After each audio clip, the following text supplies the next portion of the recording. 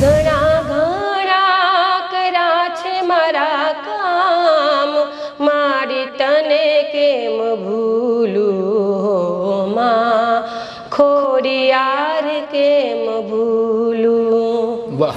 ઊંચા ઊંચા રે દાદા ગઢરે ચણાવજો, ઊંચા ઊંચા રે દાદાજી ગઢરે ચણાવો, ગઢથી ઉચેરા ગઢના કાંગરા રે. લેર ગગનમાં લાગી રે મને સદગુરુ મળ્યા, સદગુરુ મળ્યા મને હરિગુરુ મળ્યા, સદગુરુ મળ્યા મને હરિગુરુ મળ્યા. લેર ગગનમાં લાગી રે મને સદગુરુ મળ્યા. જોયું રે જાગી મેં તો જોયું રે જાગી, જડનામાં જોત હવે જાગી રે મને હરિગુરુ મળ્યા. તનડામાં નોબત વાગી રે મને હરિગુરુ મળ્યા. નમસ્તે દર્શક મિત્રો, અમારી યુટ્યુબ ચેનલ સુરીલો સંગાથના મળવા જેવા માનવી શ્રેણી કાર્યક્રમમાં ફરી એક વખત આપ સર્વે દર્શક મિત્રોનું હાર્દિક સ્વાગત કરીએ છીએ. મળવા જેવા માનવીમાં આજે લોકગાયિકા શ્રીમતી અમિતાબેન દુધાત્રા સાથે આપણે મુલાકાત કરીશું. લોકગાયિકા કોકિલકંઠી બેન શ્રી અમિતાબેન લાઠી તાલુકાના અમરેલી જિલ્લાના વરસડા ગામ જોધાણી પરિવાર કે જામનું પિયર છે અને ધોરાજી તાલુકાનું રાજકોટ જિલ્લાનું નાની પરબડી ગામ ત્યાં દુધાત્રા પરિવારમાં સાસરે છે અને હાલ છેલ્લા ઘણા જ વર્ષોથી સુરતમાં રહી અને મા સરસ્વતી શારદાની ઉપાસના કરતાં કરતાં ગાયકીના વિવિધ ક્ષેત્રોમાં પોતાનો કંઠ પીરસી રહ્યા છે એવા આદરણીય શ્રી અમિતાબેન, આપનું અમારા સ્ટુડિયોમાં હાર્દિક સ્વાગત છે. ધન્યવાદ. થેન્ક યુ બેન.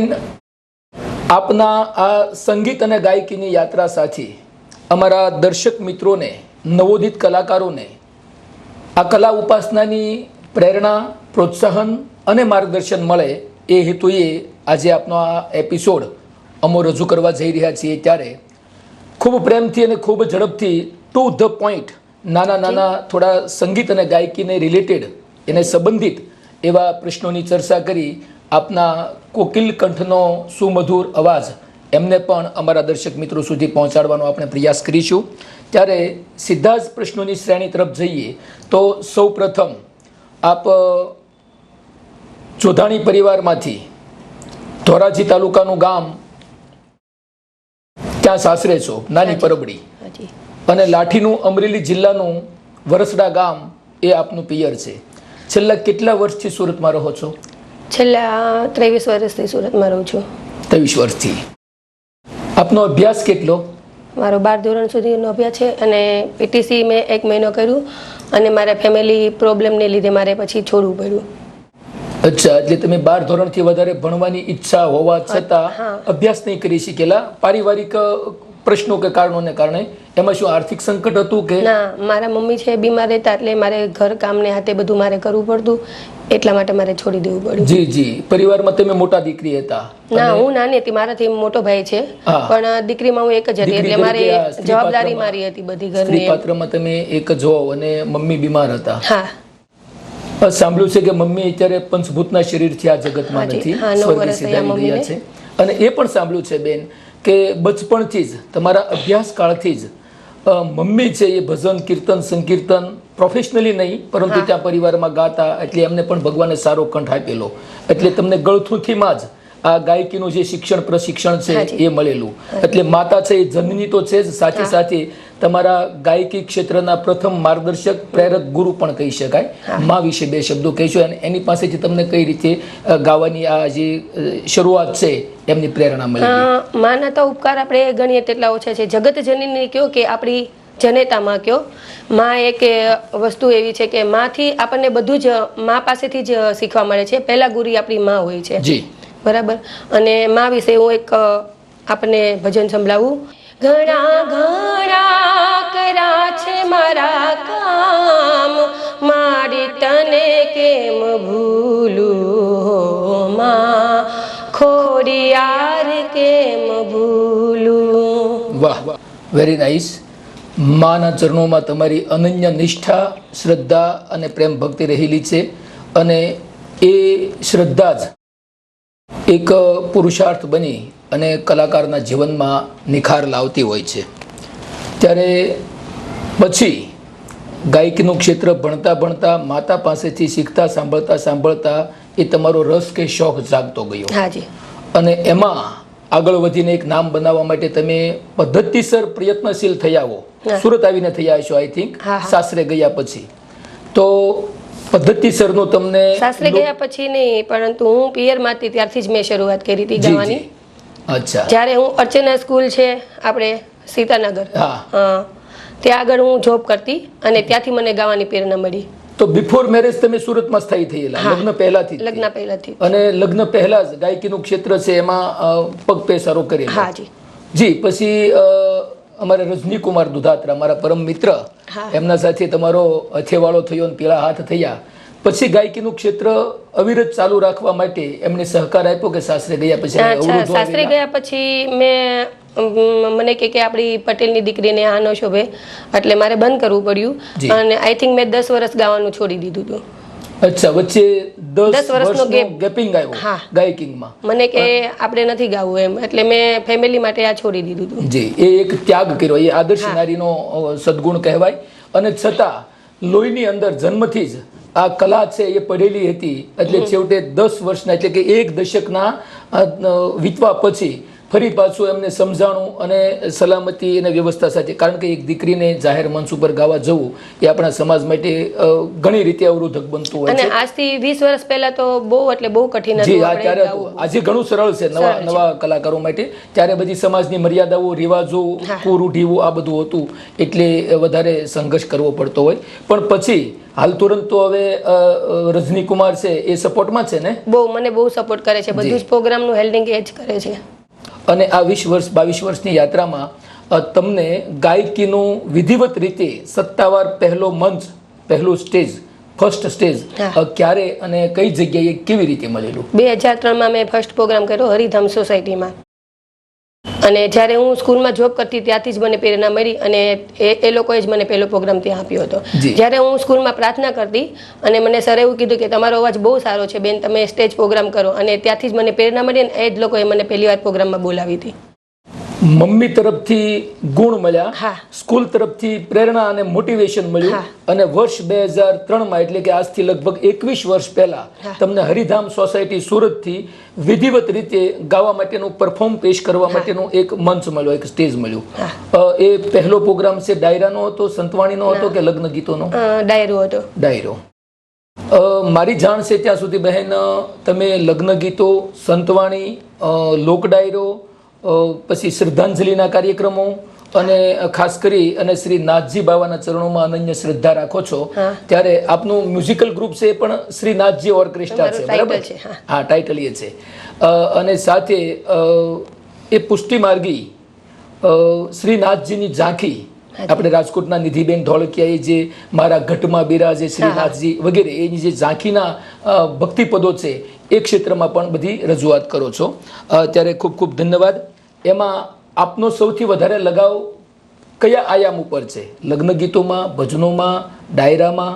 મને વધારે સંતવાણી તરફ વધારે આકર્ષણ છે. સંતવાણીને પ્રેમ કરો છો, પણ સમયની માંગ અને લોકોની ફરમાઈશ એના કારણે આપણે બીજા ત્રીજા ક્ષેત્રમાં અમુક મર્યાદા રાખી અને થોડુંક જતું રહેવું પડે છે. જી જી.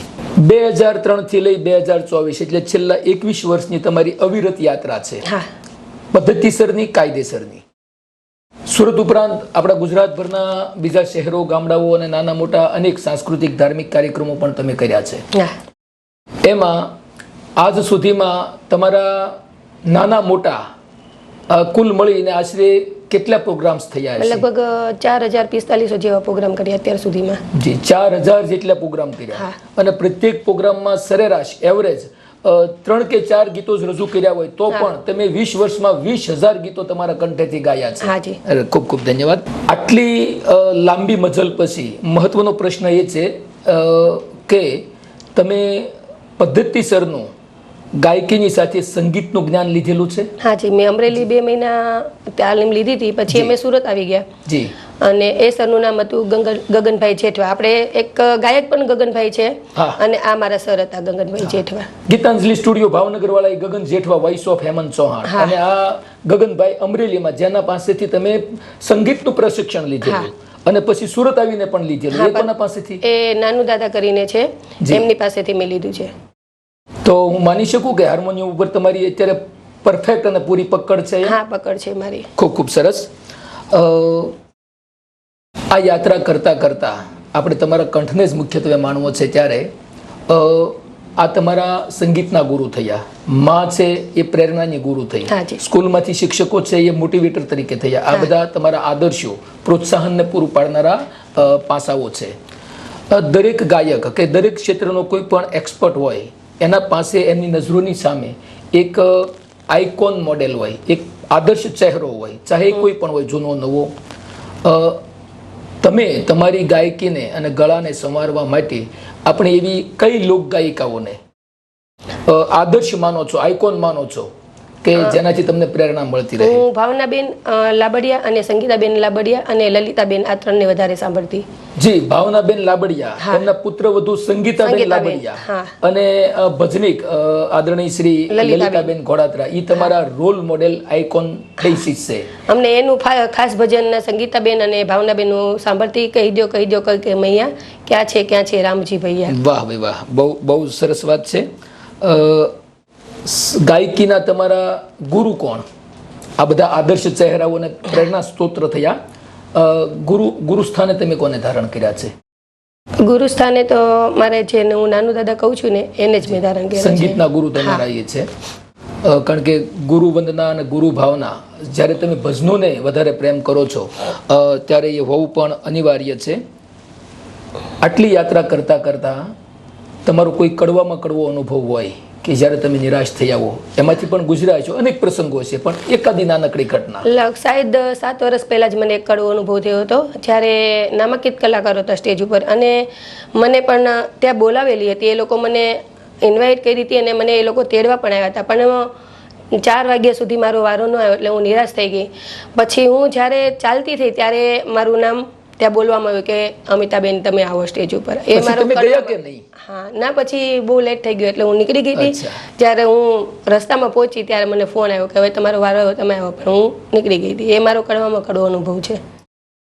સ્ટેજ મળ્યું પણ તક ન મળી, એની એક દુઃખદ ઘટના. આંખોમાં આંસુ આવી ગયા છે લગભગ દરેક કલાકારોની. અમે ઇન્ટરવ્યુ કરીએ છીએ બેન, એમાં લગભગ દરેક કલાકારોની આ ફરિયાદ નથી હોતી, પણ આ એમની દુઃખદ સ્મૃતિ હોય છે. એવી સૌથી ખુશીની સ્મૃતિ કઈ? અત્યાર સુધી તો મેં ઘણા એવા પ્રોગ્રામ કર્યા છે, સૌથી ખુશીની વાત. અને એક પ્રોગ્રામમાં હું, ગગનભાઈ જેઠવા અને બિપિનભાઈ ફરીદા મીર, ત્યારે મને બહુ સારા સ્ટેજ મળતા. અને આપણે જગદીશનગરમાં એ મારો બહુ ખુશીની પ્રોગ્રામ હતો. જી. જ્યારે મને પહેલો રાઉન્ડ મને આપવામાં આવ્યો હતો. એ બધા દિગ્ગજ કલાકારો હતા, પણ પહેલો રાઉન્ડ મને આપ્યો હતો. એક પૂછવા જેવો પ્રશ્ન બેન, જોવામાં આવે છે, સાંભળવામાં આવે છે કે કલાકારોની દુનિયામાં, એમાં ખાસ કરીને ફિમેલ સિંગર્સ હોય, સ્ત્રીઓની, કારણ કે એક સ્ત્રી જ્યારે બીજી સ્ત્રીની દુશ્મન ન બનતી હોય, પારિવારિક જીવનથી લઈ સામાજિક ને રાષ્ટ્રીય સ્તર સુધી, તો અનેક સમસ્યાઓનો અંત લાવી શકાય. આવું એક તારણ હોય છે, સર્વે હોય છે. એમાં કલાકારોની વચ્ચે મુંહ મેં રામ બગલ મેં છુરી, ઈર્ષ્યા, એક ટાટિયા કેસ, ઉપરથી તમને સ્માઇલ આપીને આર્ટિફિશિયલ હેન્ડશેક કરતા હોય, બરાબર, પરંતુ અંદરથી એ આગળ ન વધે એવી એક કિન્નાખોરી, એક ઈર્ષ્યા, એક જલન રાખતા હોય. આવું પણ તમે અનુભવ્યું છે? મેં એ નેગેટિવ ચર્ચા તરફ આપણે આગળ વધવું નથી, પરંતુ એમાંથી બોધપાઠ કે શીખ મેળવી અને અન્ય તમારી પાછળ પાપા પગલી ભરતા કલાકારો છે, એમના પ્રત્યે તમે આવો રાગદ્વેષ રાખશો? મેં ક્યારેય નથી રાખ્યો છે. ના, મારા પ્રોગ્રામમાં જે છોકરીઓ આવે છે એમ કે દીદી મારે ગાવું છે, તો એને પ્રાયોરિટી આપું છું ને એમને ગાવા દઉં છું. જી. આપનું આગળનું સપનું શું છે? બસ હું સારા એવા પ્રોગ્રામ કરું અને લોકોની ચાહના મને સ્ટેજ મળે, સારા સ્ટેજ મળે, પણ લોકોની ચાહના સાથે મળે. જી. ચાહના એ તમારી સૌથી ખુશીની ઘટના છે, અને મોટું બની જવું તો સહેલું છે, પણ લોકોની ચાહના મેળવવી બહુ અઘરું છે. જી. મોટું બની જવાય. સોશિયલ મીડિયાનો યુગ છે, રાતોરાત મોટું તો બની જવાય, પણ એ મોટાઈને પછી પચાવવી અને ટકાવી રાખવી એ બહુ જાગૃતિનું કામ છે. ત્યારે વિશેષ સમય ન લેતા આપના 5,000 પ્રોગ્રામ થઈ ચૂક્યા છે, 20,000 જેટલા ગીતો તમે રજૂ કર્યા છે, સંગીતનું પ્રશિક્ષણ પણ લીધું છે, અને કુવામાં હોય એવેડામાં આવે એમાં જન્મદાત્રી માતાને પણ સારો કંઠ હતો અને ત્યાંથી જ તમને ગાવાની પ્રેરણા મળી છે. એટલે લોહીમાં ગાયકી અને ગુણ છે એ ઉતરેલા છે. અને પછી કલાકાર તો જન્મતો હોય ને સમય, વાતાવરણ, શિક્ષણ એ બધું એને મઠાડતું હોય છે. ત્યારે તમે લગ્ન ગીતોમાં, ડાયરાઓમાં, ભજન સંતવાણીમાં, શ્રદ્ધાંજલિના કાર્યક્રમોમાં કે પછી શ્રીનાથજીની ઝાંખી, આવા બધા જ ધાર્મિક, સાંસ્કૃતિક, સામાજિક કાર્યક્રમોમાં જેવો માહોલ ને જેવો પ્રસંગ હોય એ પ્રમાણે તમારી ગાયકીને પીરસવાનો પ્રયાસ કર્યો છે. ભાવનાબેન લાબડિયા અને સંગીતાબેન લાબડિયા તમારા આઇકોન મોડેલ છે. આ બધી જ વાતો કરી, વતન અને સાસરાની વાતો કરી, અવરોધોની વાતો કરી, પ્રોત્સાહનની વાતો કરી. ત્યારે તમે જે ફેકલ્ટીઝમાં અલગ અલગ રીતે તમારા કુકિલ કંઠને, તમારા ગળાને પીરસો છો, ત્યારે અમારા દર્શક મિત્રો ઉત્સાહિત એ માટે છે કે આપણે દુધાત્રા બહેન, અમિતા બહેનનું જે અમીમય ગળું છે, એ કંઠ છે, મનોજભાઈએ વાતો તો ઘણી કરી, પણ એમના ગળાને ક્યારે સંભળાવશે.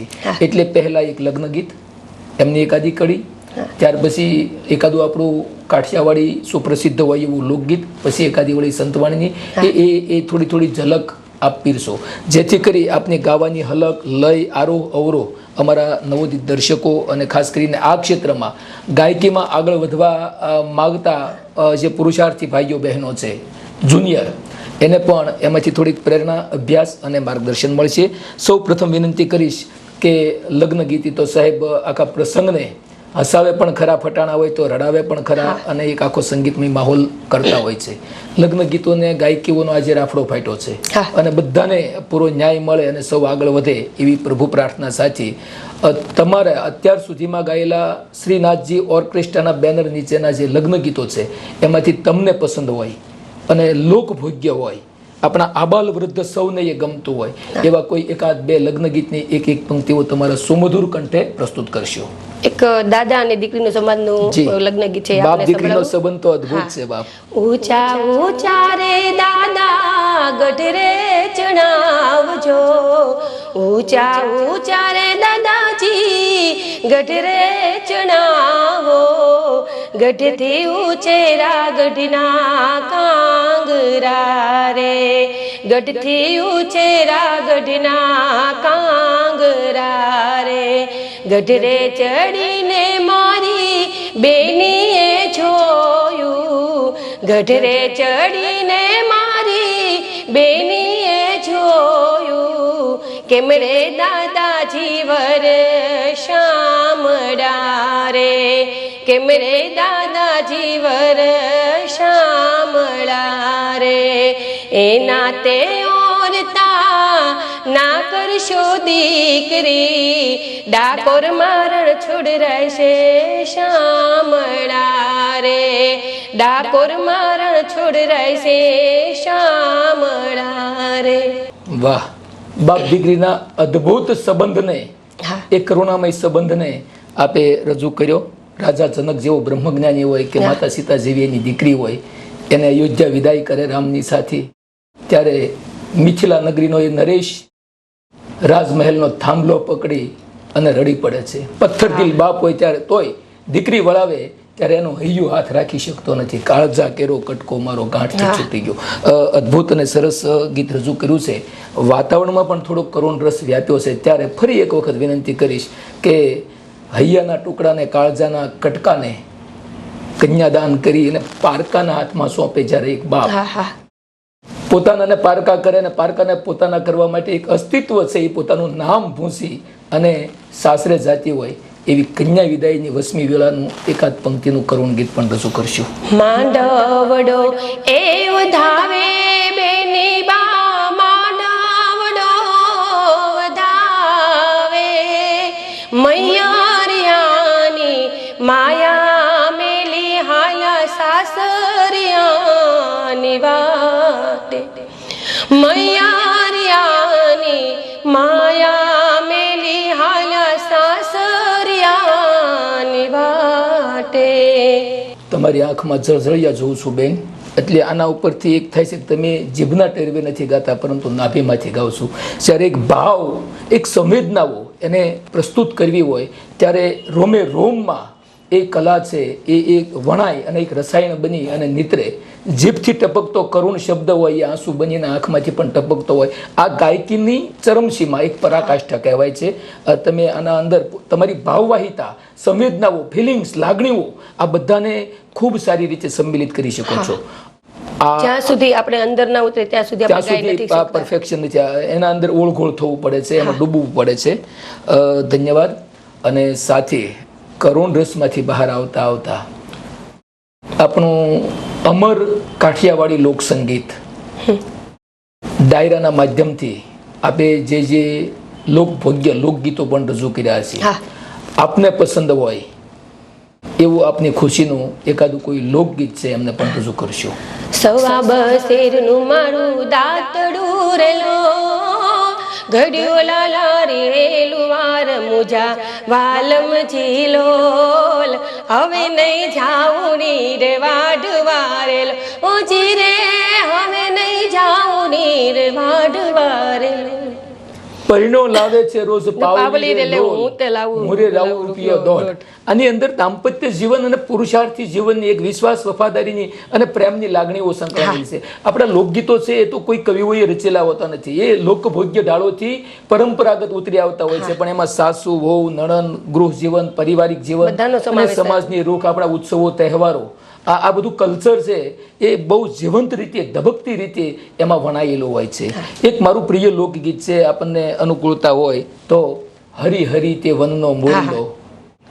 હરી હરી તે વનનો મોરલો ગિરધારી રે, રાણી રાઢા ઢૂંઢે વળી ઢેલ જીવન વારી રે, મોટા મોટા માધવપુર ગામડા ગિરધારી રે, મોટા મોટા માધવપુર ગામડા ગિરધારી રે.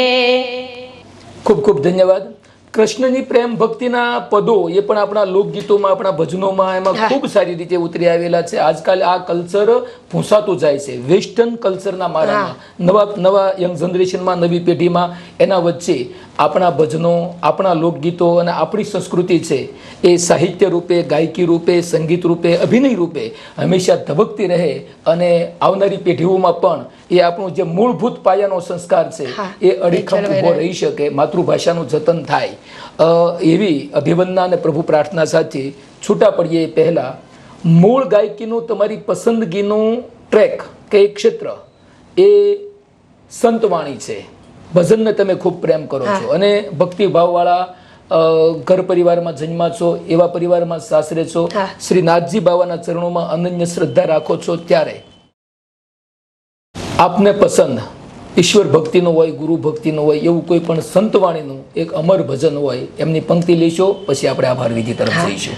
મારું બહુ ફેવરિટ ભજન છે અને જ્યારથી હું ગાવા શીખી ત્યારથી આ ભજન હું કાયમ માટે ગાઉં છું. એ તમને ગાયકીના પાયામાં પડેલું ભજન છે. જી જી. લેર ગગનમાં લાગી રે મન સદગુરુ મળ્યા, સદગુરુ મળ્યા મને હરિગુરુ મળ્યા, સદગુરુ મળ્યા મને હરિગુરુ મળ્યા. લેર ગગનમાં લાગી રે મને સદગુરુ મળ્યા. જોયું રે જાગી મેં તો જોયું રે જાગી, જડનામાં જોત હવે જાગી રે મને હરિગુરુ મળ્યા. તનડામાં નોબત વાગી રે મને હરિગુરુ મળ્યા. નિજ સ્વરૂપની ઓળખાણ કરાવી અને આત્મસિદ્ધિને ઉજાગર કરનારું, પોતાની પહેચાન પોતે જ કરે અને એના માટે ગુરુ કૃપા હિ કેવલમ એ ભાવ અનિવાર્ય છે. ખૂબ આધ્યાત્મિક તત્વથી ભરેલું ભજન તમે રજૂ કર્યું અને આપનો કંઠ પણ ખૂબ સુમધુર છે. આપના લોકગીતો, લગ્ન ગીતો અને ખાસ કરીને ભજનો કે જે આપણો અમૂલ્ય વારસો છે એને વખતો વખત ફરી ક્યારેક આવા માહોલ સાથે સંગીતને સાથે રાખીને પણ આપણે પ્રસ્તુત કરતા રહીશું અને અમારા જે દર્શક મિત્રો છે ગાયકના ક્ષેત્રમાં પ્રવેશ કરી રહેલા છે એને એમાંથી પણ કંઈ પ્રેરણા, માર્ગદર્શન, અભ્યાસ અને પ્રોત્સાહન પૂરું પડે એવી કોશિશ પણ કાયમ કરતા રહીશું. આપની યાત્રા ખૂબ આગળ વધે અને દેશ દેશાવર સુધી આપણા સુરતનો કંઠ છે એ દરિયાપારના દેશોમાં પણ પહોંચે એવી અભ્યર્થના સાથે છૂટા પડીએ એ પહેલાં અમારા દર્શક મિત્રોને તમારી ગાયકીના 21 વર્ષની આ લાંબી યાત્રા છે એના અનુભવના નિચોડ રૂપે તમે શું શુભ સંદેશ આપવા માંગશો? એમના 2 બોલ પ્રસ્તુત કરશો. આજે જે ઉગતા કલાકારો છે એને મારે એટલું જ કહેવાનું કે તમે જે કંઈ ગાઓ છો તે સમજી વિચારી અને તમારી જે શબ્દ છે એને બરાબર સાંભળી અને પછી તમે ગાઓ. અને આ ક્ષેત્રમાં બહુ અડચણ આવે પરંતુ તેનાથી ડગવાનું નહીં અને આપણે આગળ વધવાનું. જી, હિંમત રાખવાની, ટકી રહેવાનું. અને આ ક્ષેત્રમાં તમારો ટાંગ બધાય ખેંચે પણ એનાથી ડગવાનું નહીં. जिंदगी की राह है, कभी प्रशंसा के पुष्प और कभी वेदना के कंटक तो आते जाते रहेंगे. हम अपनी मंजिल की ओर निगाहें बांध रख के कदम बा कदम आगे बढ़ते रहेंगे. तो एक દિવસ આ પ્રયત્ન છે એ ચોક્કસ નિખાર લાવશે એ શ્રદ્ધા અને ભરોસાનું સાધન છે. ખૂબ ખૂબ ધન્યવાદ બહેન. ક્લાસિકલ સંગીત, સુરાવલી, લય, આલાપ, ઉચ્ચાર, આરોહ અવરોહ આ બધી સંગીતની સાથે સંકળાયેલી ઘણી ઝીણી ઝીણી વાતો છે. મારા મનમાં ઘણા પ્રશ્નો પણ છે અને આપની પાસે ઘણો અભ્યાસ પણ છે. આપણે ચર્ચા કરીએ તો અમારા દર્શક મિત્રોને આમાંથી ઘણું શીખવા જાણવા મળે એવું છે, પરંતુ સમયના અભાવે આપનો પ્રથમ ઇન્ટરવ્યૂ છે એને આપણે વિરામ આપવા જઈ રહ્યા છીએ. ફરી કોઈ વખત આવા સંગીતના અને ગાયકીના જુદા જુદા મુદ્દાઓ પર સાથે મળતા રહી અને આ ગાયન ક્ષેત્રનું વિશ્લેષણ અને પૃથ્થકરણ કરતા રહીશું એવી અભિવંદના સાથે આપ અમારા સ્ટુડિયોમાં પધાર્યા. સુરીલો સંગાત કાર્યક્રમમાં સંમેલિત થઈ યુટ્યુબ ચેનલના માધ્યમથી લાખો દર્શકો સુધી આજની આપણે આ મુલાકાત જાય અને સૌ એમાંથી પ્રેરણા મેળવે એવી ભાવવંદના સાથે મળવા જેવા માનવી તરીકે આ હતા દર્શક મિત્રો આપણા વચ્ચે આજે સુરતના કોકિલકંઠી લોકગાયિકા અમિતાબેન દોધાત્રા. અમારા આ કાર્યક્રમની શ્રેણીમાં આપ પધાર્યા અને આવી રીતે આપણે પાછા ફરી મળતા રહીશું અને સંગીતની અને ગાયકીની વાતોને કરતા રહીશું. આભાર, ધન્યવાદ. હું પણ આપનો સર્વનો આભાર માનું છું. સુરીલો સંગાત મળવા જેવા માનવીમાં મને આવવાની તક મળી એ બદલ આપનો ખૂબ ખૂબ આભાર. ધન્યવાદ. Thank you.